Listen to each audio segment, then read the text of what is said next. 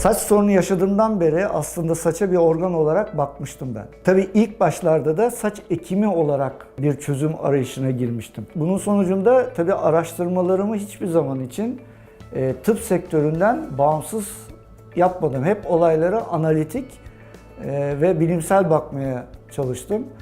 Tabii bu araştırmaların sonucunda saç nakli veya hair transplant, saç transplantasyonu, saç implantasyonu, sentetik saç ekimi veyahut da saçla ilgili gelişen her türlü ilaç veyahut da losyon veyahut da uygulamalar, bütün bunlarla devamlı olarak araştırmalarım devam etti.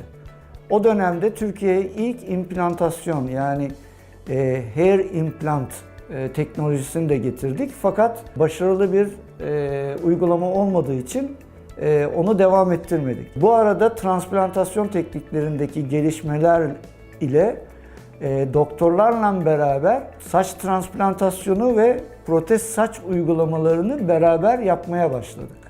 Gene Türkiye'deki ilk uygulamalardı bunlar. Medikal sektördeki gelişmeler hiçbir şekilde durmuyordu. 2000'li yıllardan itibaren Amerika'da Avrupa'dan gelen bir fototerapi cihazlarının saçtaki etkilerinin araştırılması başlamıştı.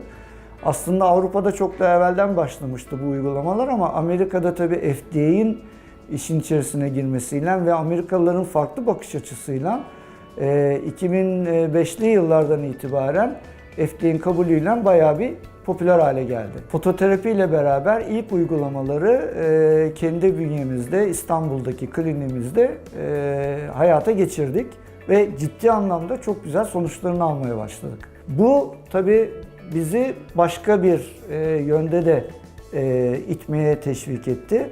Artık yurt dışındaki saçtan ilgili tıp kongrelerine ve aynı zamanda da bütün bu bilim dünyasının saçla ilgili yapmış olduğu gelişmeleri takip etmeme itti. Ve bunun sonucunda da trikoloji bilimiyle ilgilenmeye başladım.